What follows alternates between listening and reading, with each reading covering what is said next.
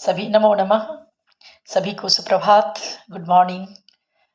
बहुत बच्चों के आग्रह और अभिभावक के आग्रह पर मैं नई पुस्तक आई जो कक्षा 6 में एनसीईआरटी के द्वारा नई इस साल लॉन्च की गई, मल्हार। उसमें कविता, गायन यानी स्वर में स्वरबद्ध गायन कक्षा 6 के बच्चे कैसे करें। चूँकि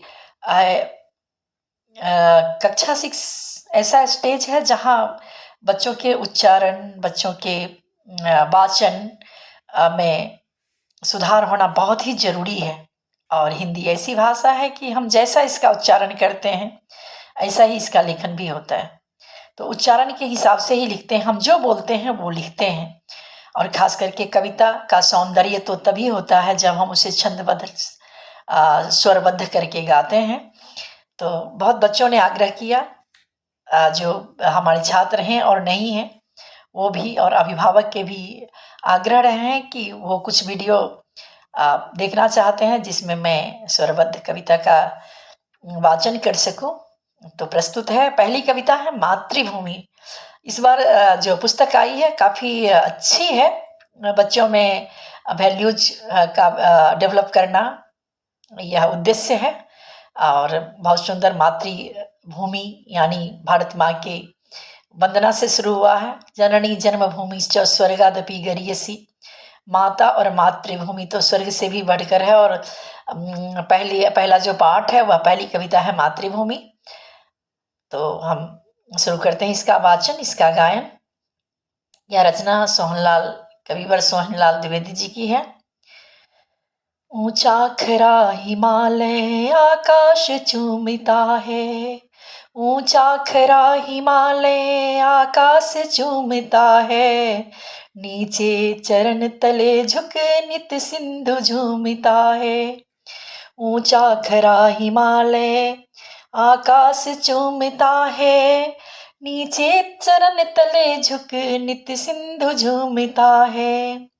गंगा यमुन त्रिवेणी नदियाँ लहर रही है, जगमग छटा निराली पग पग छहर रही है। वह पुण्य भूमि मेरी, वह स्वर्ण भूमि मेरी, वह जन्म भूमि मेरी, वह मातृभूमि मेरी। वह पुण्य भूमि मेरी, वह स्वर्ण भूमि मेरी, वह जन्मभूमि मेरी, वह मातृभूमि मेरी। और देखिए भारत माता के सौंदर्य क्या है। झरने अनेक झरते जिसकी पहाड़ियों में, झरने अनेक झरते जिसकी पहाड़ियों में, चिड़िया चहक रही है हो मस्त झाड़ियों में। चिड़िया चहक रही हैं हो मस्त झाड़ियों में, अमराइयाँ घनी हैं कोयल पुकारती है। बहती मलय पवन है तन मन सवारती है, बहती मलय पवन है तन मन सवारती है। वह धर्म भूमि मेरी, वह कर्म भूमि मेरी, वह जन्म भूमि मेरी, वह मातृभूमि मेरी। और आगे देखिए, जन्मे जहाँ थे रघुपति, हम साकेत को याद करते हैं, अयोध्या धाम को। जन्मे जहाँ थे रघुपति, जन्मी जहाँ थी सीता, श्री कृष्ण ने सुनाई वंशी पुनीत गीता। जन्मी जहाँ थे रघुपति, जन्मी जहाँ थी सीता, श्री कृष्ण ने सुनाई वंशी पुनीत गीता।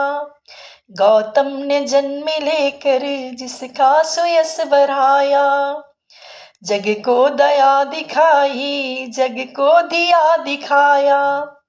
गौतम ने जन्म लेकर जिसका सुयश सुनाया, गौतम ने जन्म लेकर जिसका सुयश बढ़ाया। जग को दया दिखाई, जग को दिया दिखाया, जग को दया सिखाई, जग को दिया दिखाया। वह युद्ध भूमि मेरी, वह बुद्ध भूमि मेरी, वह बुद्ध भूमि मेरी, वह बुद्ध भूमि मेरी, वह मातृभूमि मेरी, वह जन्मभूमि मेरी। तो आपने देखा इस कविता के माध्यम से कविवर सोहनलाल द्विवेदी जी ने भारत की ऐसी जीवंत तस्वीर खींची है जो बहुत ही सुंदर है। और हमारे नन्हे बच्चों के दिल में यह छवि एक बार बस जाए तो क्या ही कहने। तो प्रिय छात्रों, मातृभूमि के स्वरूप का वर्णन इस कविता में किया गया है। ऊंचा खड़ा हिमालय, हमारे उत्तर में, भारत के उत्तर में प्रहरी बनकर हिमालय ऊंचा खड़ा है, मानो आकाश को छू रहा है, आकाश को चूम रहा है। नीचे चरण तले झुक नित सिंधु चूमता है। और माँ भारती के चरणों को सागर, सिंधु, हिंद महासागर चूमता है, उनके चरणों को पखाड़ता है।